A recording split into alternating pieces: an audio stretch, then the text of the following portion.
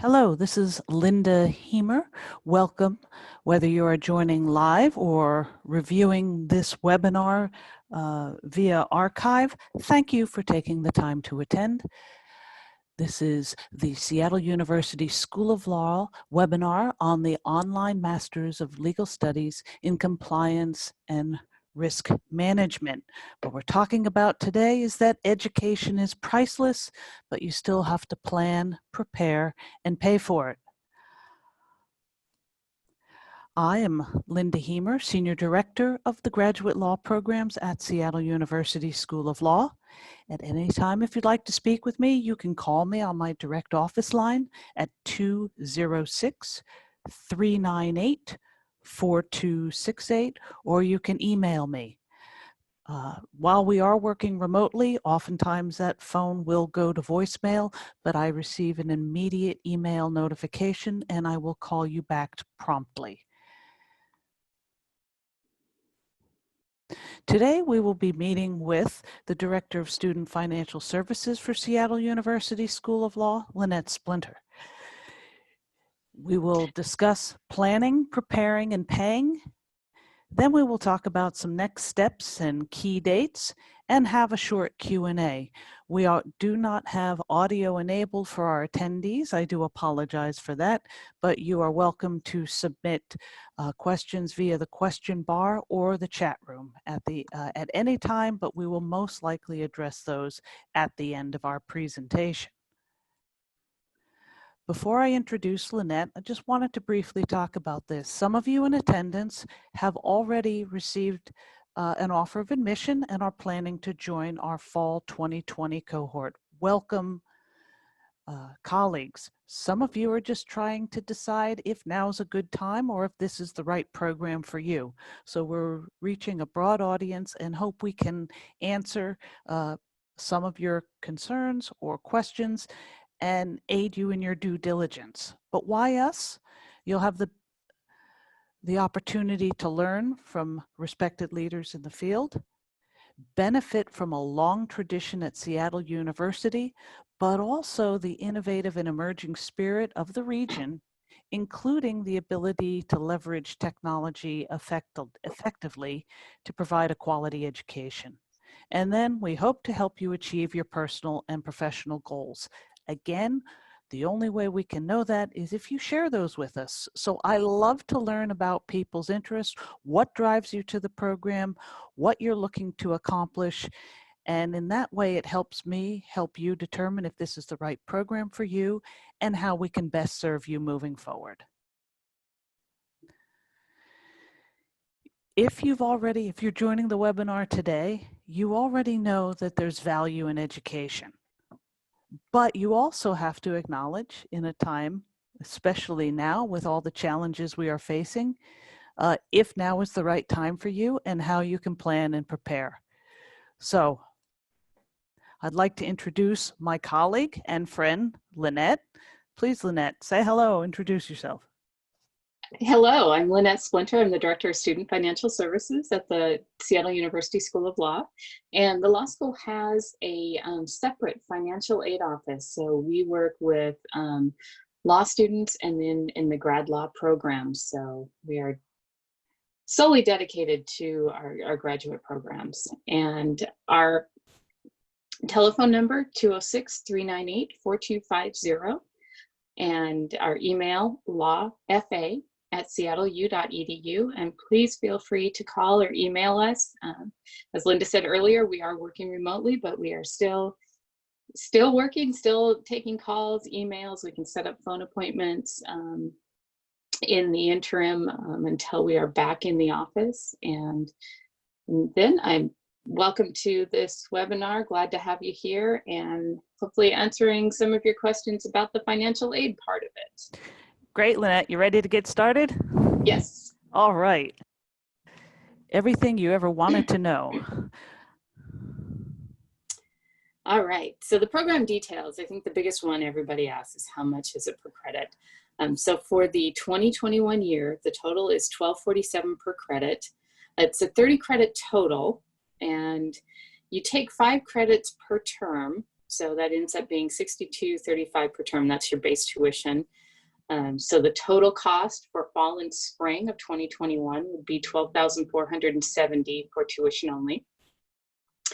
And that's about $37,410 base tuition. And the reason we say about is, as with any school, any program, whether that's online, law school, tuition rates can change a little bit each year, and that's set up by the Board of Trustees. So this is just what it is for 2021, and kind of give you a little bit of a base background of what that could be.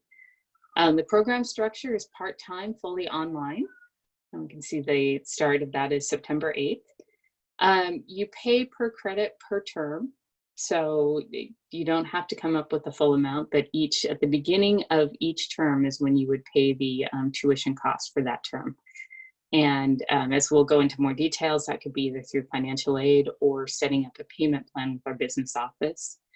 They're normally 3 terms per year. So you start in the fall, but then the next year it will be summer, fall, spring, and that's 21, 22.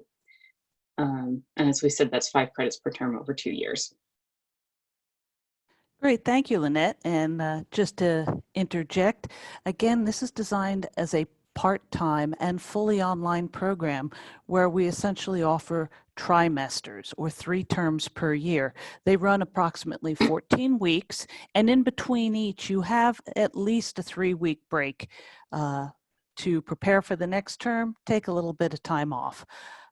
And the terms, you proceed normally with a cohort, and you take, as Lynette pointed out, 5 credits per term. Those are 2 courses offered each term, and they're designed to complement each other, both in the competencies they build, and our faculty, designers and developers, and then our teachers also work in concert together, knowing the outcomes and goals of each course and when some assignments are due, so we don't overwhelm you. There's a lot of communication and iterative process of developing, designing, and then delivering these courses. So it's a positive, relevant, yet rigorous and dynamic structure. Thank you, Lynette. I'll move to the next slide. Okay. And so this is a breakdown of the cost of attendance. And one of the things that I do want to say, and we get this a lot, is when you look at the cost of attendance, it looks very large, but that also includes indirect costs that we have to include as part of a student budget.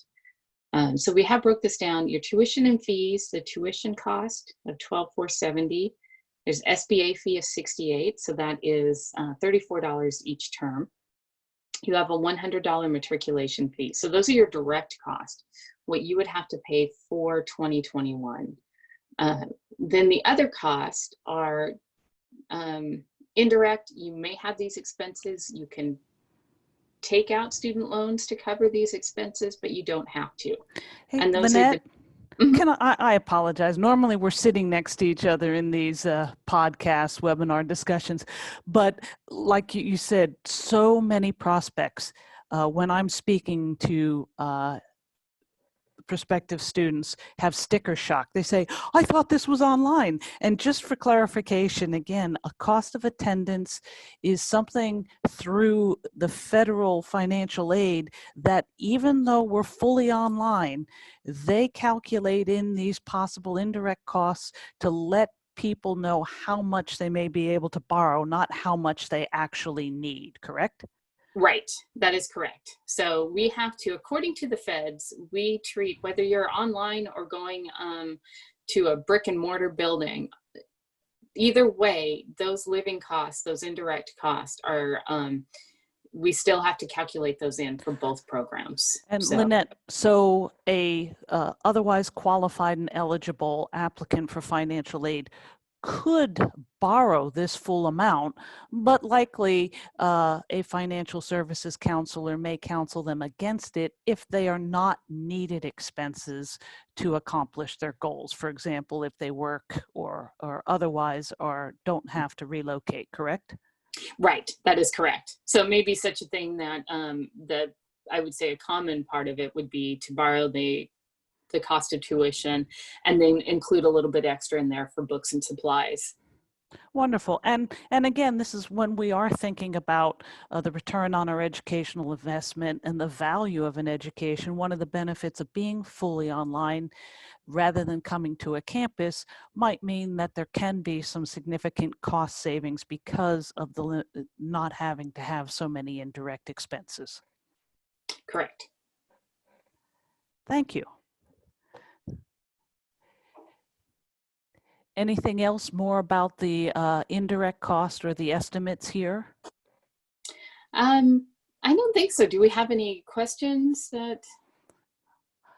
I do not see any pending at this time. Okay, And would you like me to move to the next slide? sure. Wonderful.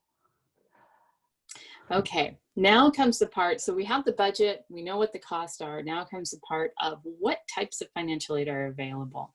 And the main financial aid, especially when graduate programs, is going to be the student loans. And so that's the federal direct unsubsidized Stafford loan. That has a $20,500 annual maximum.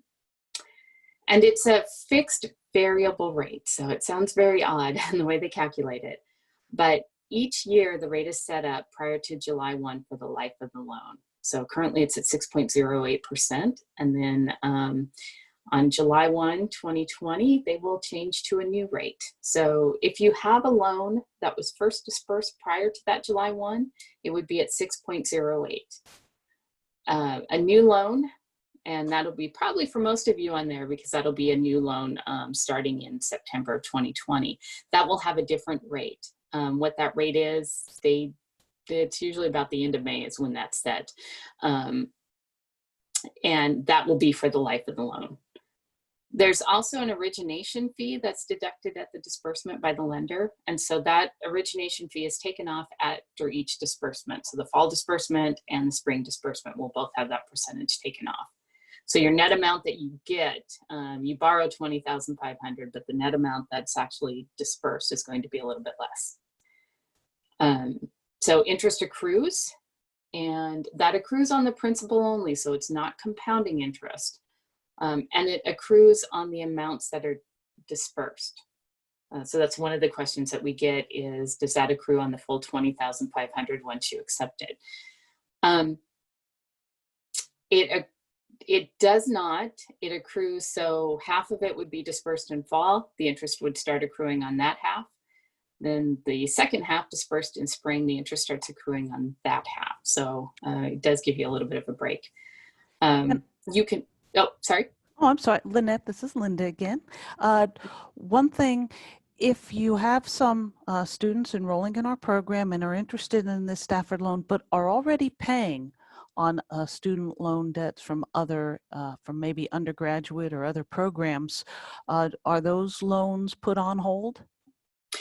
Yes. So federal loans, and I'll say a little caveat because most of them, yes. So if you have federal student loans like the direct Stafford loan, a FEL Stafford loan, Perkins loan, Grad Plus, those all, when you go back into school, at least half-time, those would be deferred.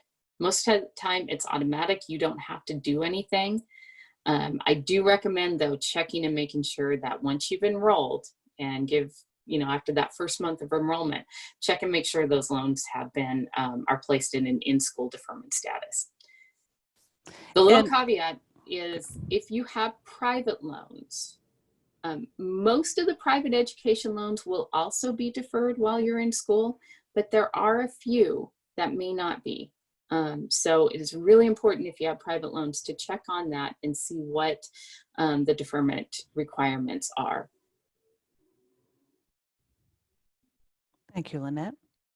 And, in today's current environment, there's a lot of discussion of the challenges people face. Are you aware, or do you know if there's been any notice about the July 1 percentage or interest rate change that might be coming? I don't have what the current rate is going to be.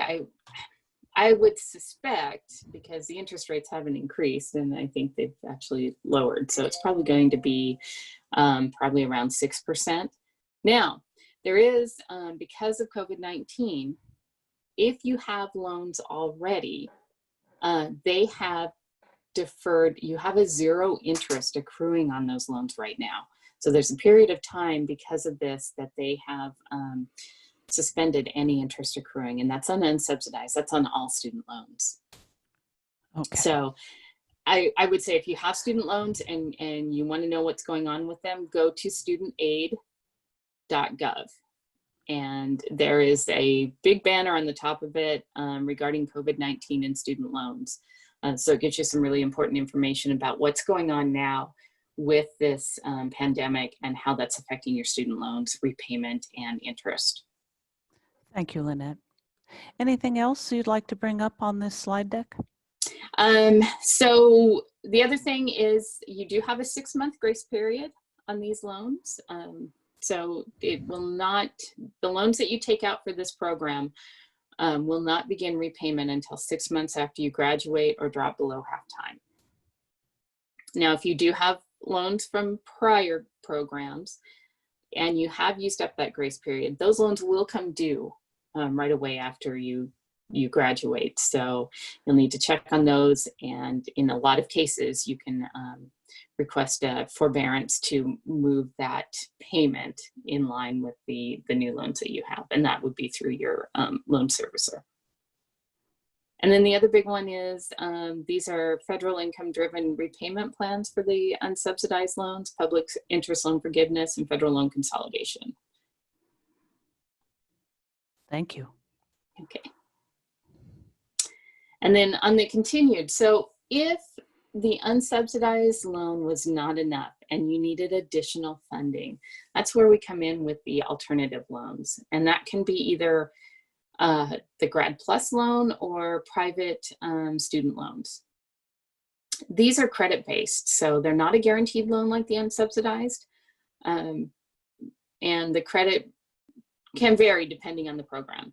But you can borrow, this is where that cost of attendance, that total cost of attendance comes in, is you can borrow these loans up to that cost of attendance less your other financial aid that you've received, would be like the unsubsidized loan. The Grad Plus has a fixed variable interest rate, like the unsubsidized loan. They set that in July for the year. And that is normally it's a 1% higher than the unsubsidized loan. So you can see right currently it's at 7.08. The Grad Plus, because it is a federal loan, even though it is credit-based, it also qualifies for the federal income-driven repayment plans, public interest loan forgiveness, and federal loan consolidation. The private loans, their interest rates can vary depending on your credit. So they're going to look at your credit score instead of just the credit history. So if you have a really high credit score and you need maybe a little bit of private loans, you may look at that versus the Grad Plus to see if it has a little bit lower interest rate.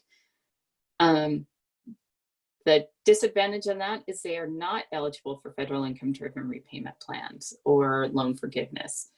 And they don't have the deferment and forbearance options that you do with the Grad Plus.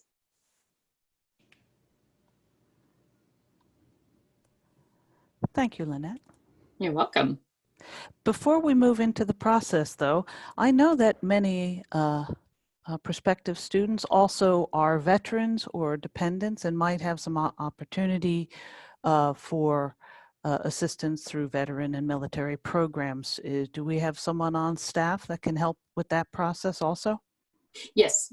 So Megan Peter, who is the assistant registrar and the law school registrar's office, is our VA representative. So she would be the one that you would contact and help with that process. And great. And yeah, for Lynette, Megan, and I, when we are working on campus, we could actually shout down the hall to each other. We try to avoid that, but yeah, we all work closely together and work well together. So even if you were to ask me a question, I would endeavor immediately, if I I cannot answer it, to find the right person that can.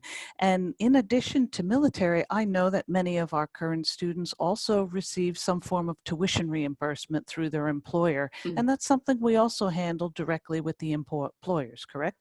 Right, right. And our business office handles several of those. So we've had Microsoft, different ones like that, that will either offer a direct um, tuition remission, or sometimes it's a reimbursement. So they need to see the billing process, the bill, and that you successfully completed that term.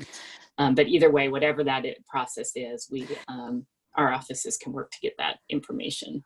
And I do know I have at least 2 success stories where students enrolled and their employer didn't have a specific employer reimbursement or study support program, but I, in speaking with their HR department or their leadership team and sharing information about the program, they did agree to provide some support. And the indirect evidence, the anecdotal evidence we have right now is that the student, who's also a full-time employee, is able to improve their work. I know one student was promoted from a director to senior director just recently.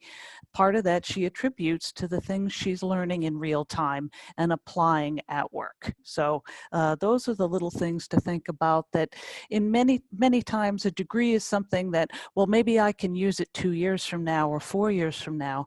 But again, the goal of this part-time program is to enable many people to continue working while learning, and to make sure that it's relevant and dynamic, and what you're learning you can apply in your workplace from day one. Yeah, and that's absolutely an important part of it, that if your employer doesn't have a tuition program, or maybe they do, but it's not specifically for this, talk with them and find out if that's something that can be added, or something that you can work with them on. And like Linda said, that the first step is contacting your employer, letting them know what you're doing, and what the program entails. Yeah, actually, I've found too, in even beyond this program, in the nearly 20 years that I've been helping graduate and doctoral level students, predominantly through online, achieve professional goals, is that when they have this conversation with their employer, there's that buy-in and that support system. And there's also a respect for what you're able to accomplish with the time management and the self-direction. So it's really a win-win situation to have this dialogue early and often. Mhm. Oh, back to paying for it. All right. So the financial aid process, the form that we need for to complete your evaluation for financial aid and send you out the offer letter, financial aid offer letter, word letter, is the FAFSA. And you can complete that at fafsa.gov or studentaid.gov. Either one will give you the FAFSA information. The important thing is to put our school code down, and that's 003790. That will come up as Seattle University, and we share that with the university as a whole, so we have the same number. The other really important thing that we need, because it's not part of your application for admission, is your social security number. It's the only way that we can download that FAFSA information into our system. So if you're planning on applying for financial aid and taking out student loans, remember to contact our office. Call us. We don't want you to email your social security number. Even though SU is a secure, that's personal information, you don't want to send that out in the email. So call us and we will get that information so we can add it into our system. And so then once we have that, we can evaluate, and they're usually sent out about 2 to 3 weeks after the admission letter is received. And we don't do that until about mid-March, because we have to wait until the trustees tell us what the cost of tuition is. So just to let you know, if it's been an early process, it may be a little bit of time, but after that, once we get that information and we have the FAFSA information, then we can start evaluating. I'm sorry, Lynette, and again, this is a fall start, so that tuition's already been set for the next academic year. Right. So this So would be, yeah. Yeah. And that will be emailed. So your award offer letter information will be emailed to your SU email account. And that will give you the steps on accepting that award, the next steps on applying for those loans if you need those, and getting that process taken care of. And then if you have any questions on that or any part of it, they said call us or email us. We're happy to help. Thank you, Lynette. And I wanted to add too, it's quite common. Many people inquire if we have scholarships. Our institution does not offer full tuition scholarships, unfortunately. However, we do have a pool of funds available for merit-based scholarships that allow for some partial tuition scholarships. And your eligibility, it's not based on any separate application.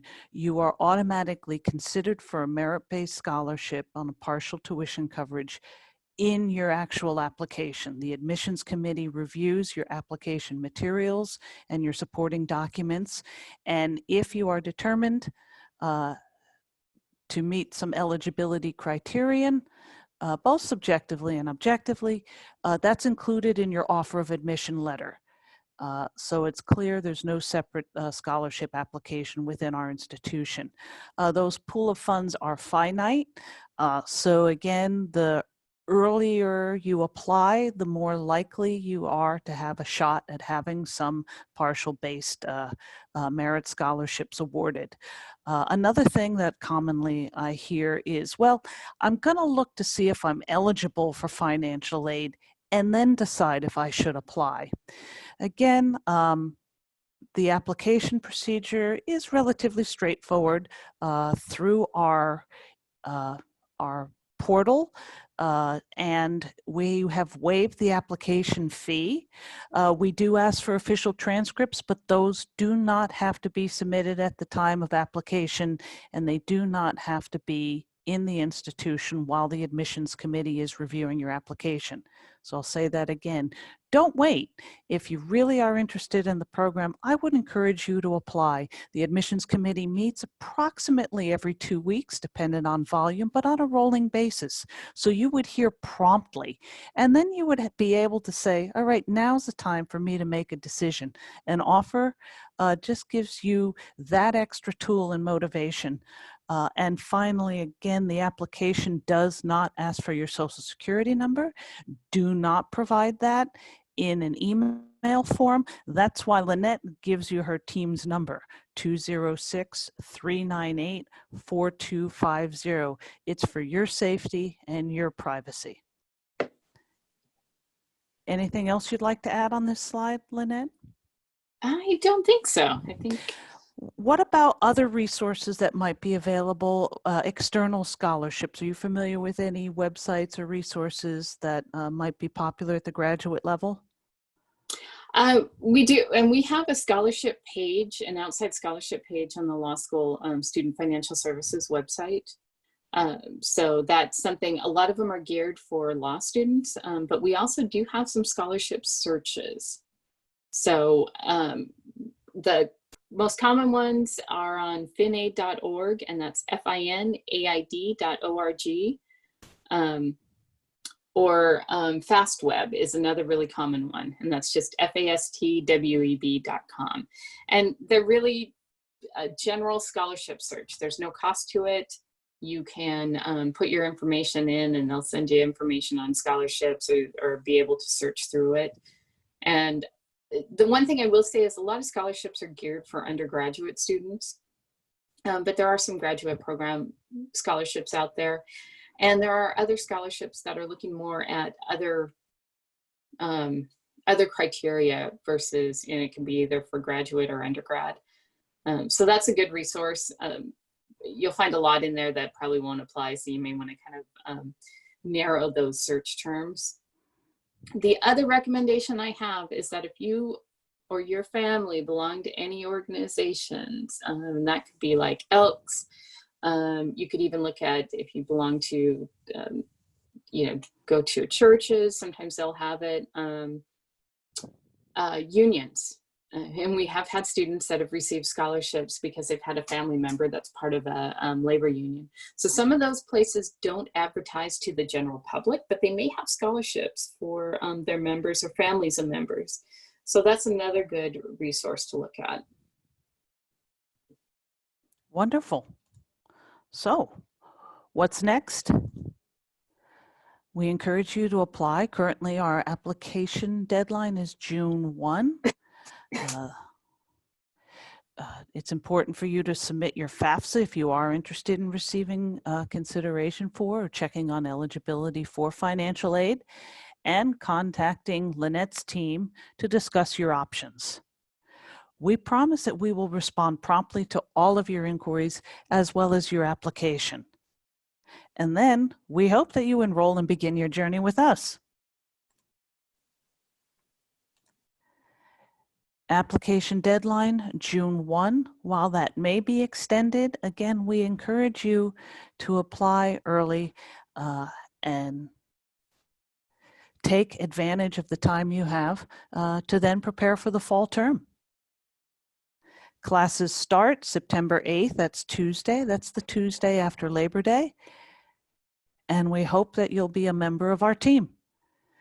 Here's some contact information. For me again, my office line is 206-398-4268. I do see that we have a question that's come in. I saw that also was about the other scholarship resource. So the two are finaid.org, FINAID.org, and the other one is FastWeb, FASTWEB.com. And finaid.org, was that yes. it? FINAID.org, yeah. And I believe on the FINAID.org, they do have the link to FastWeb also. So they're a good go-to site for a lot of financial aid information too, a lot of links outside. Thank you, Jennifer. And again, if you want to speak directly with Lynette or me to answer some more of your questions, we're happy to do so. I'm checking our Q&A board also to make sure if there's any other questions that we can answer during this time. I don't see any open questions, but we'll just take a minute to see if anyone wants to type one in.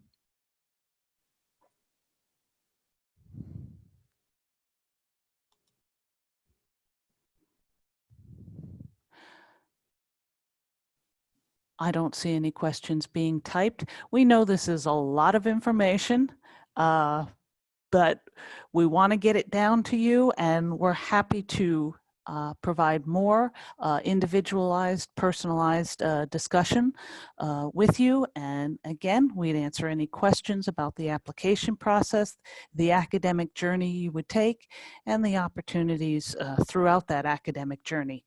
But it's important to apply before June 1st and to have a conversation with Lynette. Lynette, anything else you'd like to share? No, I think I will just remind everybody that our telephone number is 206-398-4250, and our email is lawfa, that's LAW, F as in Frank, A, @seattleu.edu.